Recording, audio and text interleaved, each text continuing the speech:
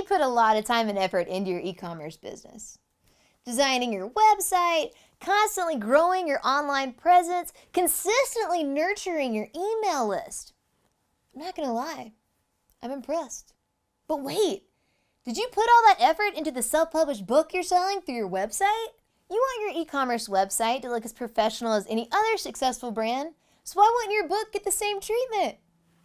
Fun fact, many self-published books are created at the same facilities that the big traditional publishers like Penguin Random House use, so oftentimes the way that the book looks at the end comes down to the decisions the author makes. So let's look at some ways that you can elevate your self-published book to make it indistinguishable from the bestsellers out there.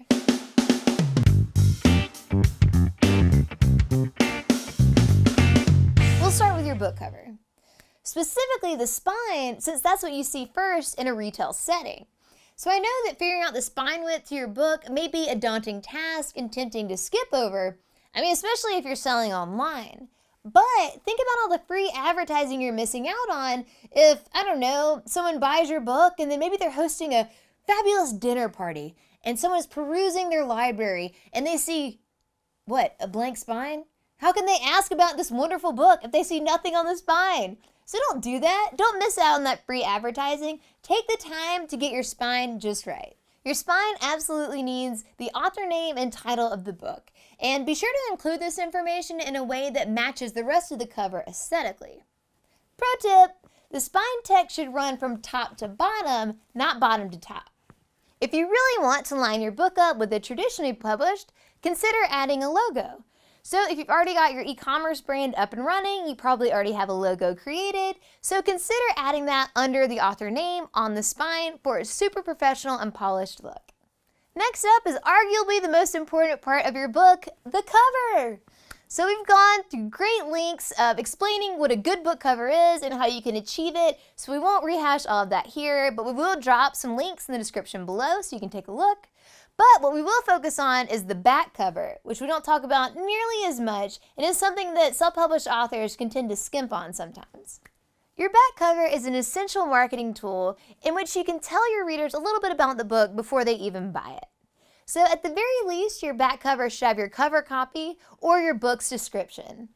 If you want your book to match a traditionally published book, a few other elements you may want to include are an About the Author section, a cover credit, an ISBN and barcode, a review or a quote that might go on the book, your publisher's logo, or even the book's genre. Take a look at this Lulu book titled Documented Chaos Pastry Journal by Drew Castile. His book on the left is styled and formatted properly with almost all the same elements as traditionally published A Chance in the World by Steve Pemberton. That's what we like to see.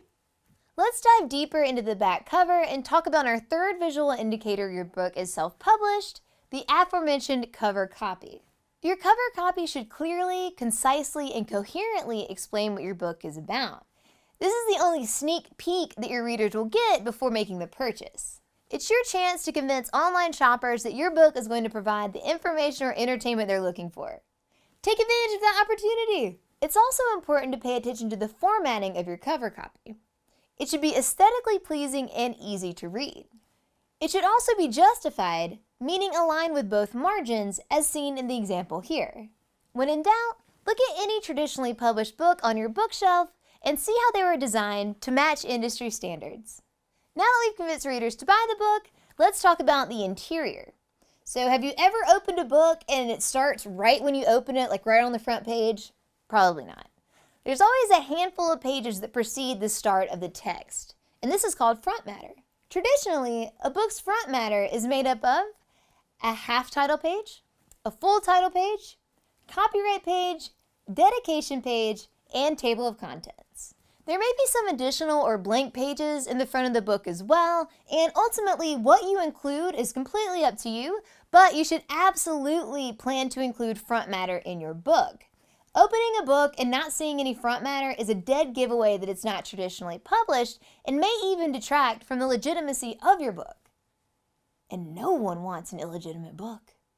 Check out our resources in the description below for a closer look at front and back matter. Lastly, once your reader has made it through everything else we've mentioned, they will come to the actual body of your work. Let's talk about what they should see here. Justified margins. We talked briefly about this with your back cover copy, but the industry standard is for the book's body text to be justified, meaning the text is flat to both the left and right side of the page, making a nice even block of text all the way down as seen here. It can be tricky to format at times, but well worth it. Page numbers and header details. Your book should definitely have page numbers. So whether you want to put them at the top or the bottom is ultimately up to you, but do not leave them out. Including page headers is also a good idea. This is the text at the top of the page that say the book's title, chapter title, or author's name, like in this example. Line spacing. This is an easy one, but make sure the lines of your body text are single spaced. So I know that, a lot of us on our computers or when we're typing will go for 1.5 or double spaced format, but you will never find a traditionally published book that has wide spaces in between the lines. Not only is this the aesthetic choice, but it's also the economic one. You're paying for how many pages are going to go into your book, so imagine if you have 1.5 to double the amount of pages that you need. Higher print cost equals less profit margin. Orphans on new pages. An orphan in publishing is a line or even just a word that has been tragically abandoned on its own page, as seen in the example here. Copy editors at a traditional publisher would never let this happen. It's a waste of space and it's an aesthetic eyesore. So be sure any orphan lines or words or phrases get adopted by the previous page. We made it! Those are your 5 visual indicators that your self-published book is indeed self-published. And even though the stigma around self-publishing gets a little better every year, unfortunately it still exists. So be sure to maximize your opportunities to reach new markets and new readers by matching industry standards. Thanks for watching, and we'll see you next time.